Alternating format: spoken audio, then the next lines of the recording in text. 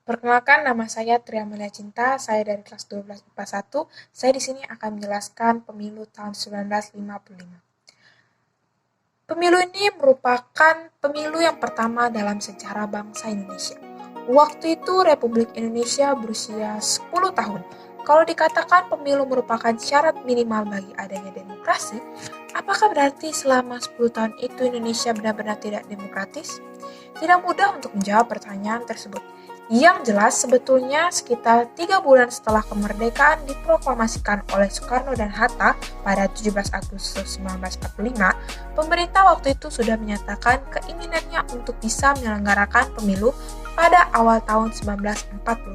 Hal itu dicantumkan dalam Maklumat 10 atau Maklumat Wakil Presiden Muhammad Hatta tanggal 3 November 1945 yang berisi anjuran tentang pembentukan partai-partai politik.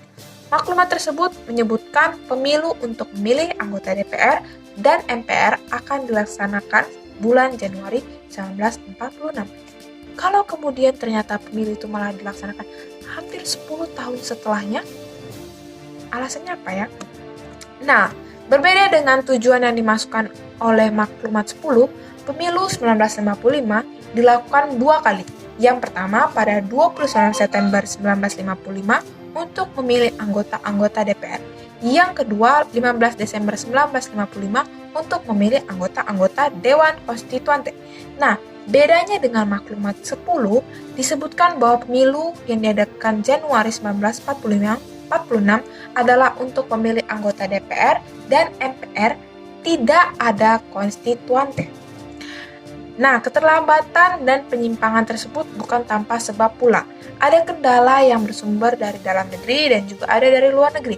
Nah, penyebab dari dalam negerinya adalah karena ketidaksiapan pemerintah untuk menyelenggarakan pemilu, baik karena belum tersedianya perangkat perundang-undangan untuk mengatur penyelenggaraan pemilu itu, maupun akibat rendahnya stabilitas keamanan negara.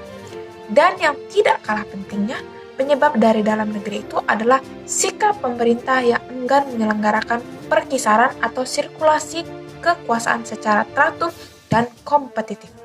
Penyebab dari luar antara lain karena kekuatan asing yang mengharuskan negara ini terlibat peperangan.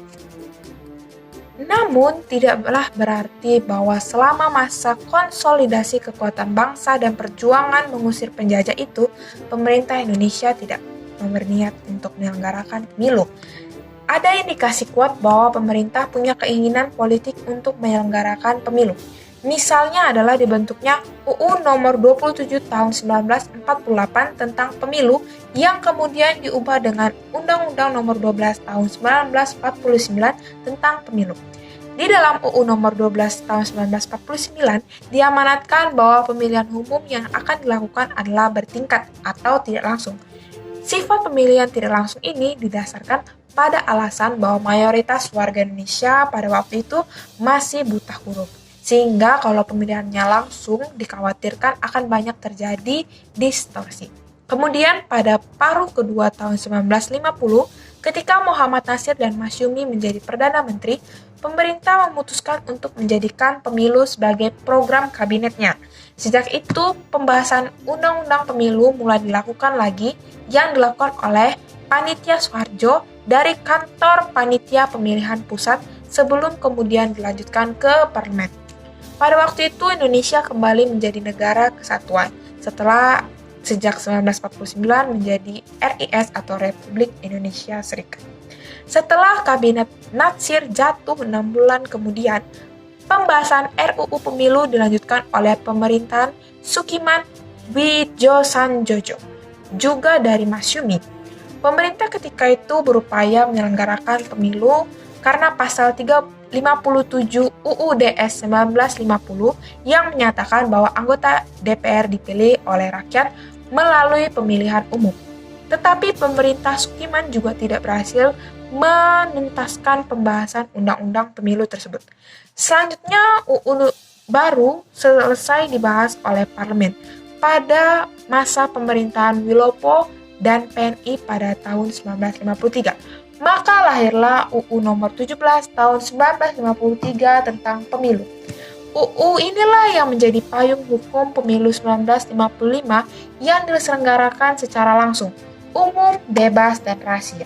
Dengan demikian, UU nomor 27 tahun 1948 tentang pemilu yang diubah dengan UU nomor 12 tahun 1949 yang mengadopsi pemilihan bertingkat atau tidak langsung bagi anggota DPR tidak berlaku lagi. Patut dicatat dan dibanggakan bahwa pemilu yang pertama kali tersebut berhasil diselenggarakan dengan aman, lancar, jujur, adil, serta sangat demokratis. Pemilu 1955 bahkan mendapat pujian dari berbagai pihak dan juga negara-negara asing. Pemilu ini diikuti lebih 30-an partai politik dan lebih dari 100 daftar kumpulan calon perorangan. Yang menarik dari pemilu 1955 ini adanya tingginya kesadaran berkompetisi secara sehat. Misalnya, waktu itu yang mendaftar menjadi calon DPR itu adalah menteri atau perdana menteri yang sedang memerintah, tetapi mereka tidak menggunakan fasilitas negara dan otoritasnya kepada pejabat bawahan untuk menggiring pemilih yang menguntungkan partainya. Karena itu, sosok pejabat negara tidak dianggap menjadi pesaing yang berat yang bisa langsung menangkan pemilu dengan segala cara. Pemilu untuk anggota Dewan Konstituante dilakukan pada 15 Desember 1955. Jumlah kursi anggota konstituante dipilih sebanyak 520, tetapi di Irian Barat yang memiliki jumlah 6 kursi tidak ada pemilihan, sehingga kursi yang dipilih hanya 514. Hasil pemilihan anggota Dewan Konstituante menunjukkan bahwa PNI, NU, dan juga PKI meningkat dukungannya. Tetapi malah Masyumi yang mengalami penurunan sebesar 114.267 dibandingkan suara yang diperoleh dalam pemilihan anggota DPR, walaupun dia masih menjadi pemenang kedua. Nah, perbedaan antara pemilu 1955 dengan pemilu saat ini adalah jumlah partai peserta pemilu pada tahun 1955 yang lebih dari 30-an, sedangkan saat ini 14 partai pada tahun 2019 dan juga 12 partai pada tahun 2014. Lembaga penyelenggaraan pemilu pada pemilu 1955 oleh Panitia Pemilihan Umum Indonesia, sedangkan saat ini adalah Komisi Pemilihan Umum atau KPU. Tahapan pemilu yang berbeda pada 1955 yaitu dua tahap, yaitu yang pertama DPR dan yang kedua untuk konstituante, sedangkan pada saat ini ke-1 pemilihan presiden dan wakilnya, sedangkan yang kedua pemilihan anggota legislatif, DPD, DPR, dan DPRD. Masa yang berbeda pemilu 1955 adalah 10 tahun setelah kemerdekaan di mana negara masih belum stabil secara ekonomi dan hankam. Sedangkan pada saat ini era reformasi di mana kondisi negara dalam keadaan baik.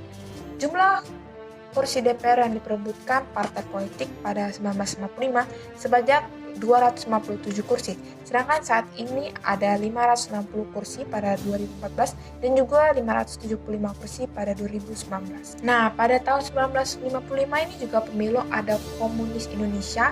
Nah, sedangkan pasca reformasi tidak ada lagi komunis Indonesia. Nah, sekian penjelasan dari saya. Semoga membantu.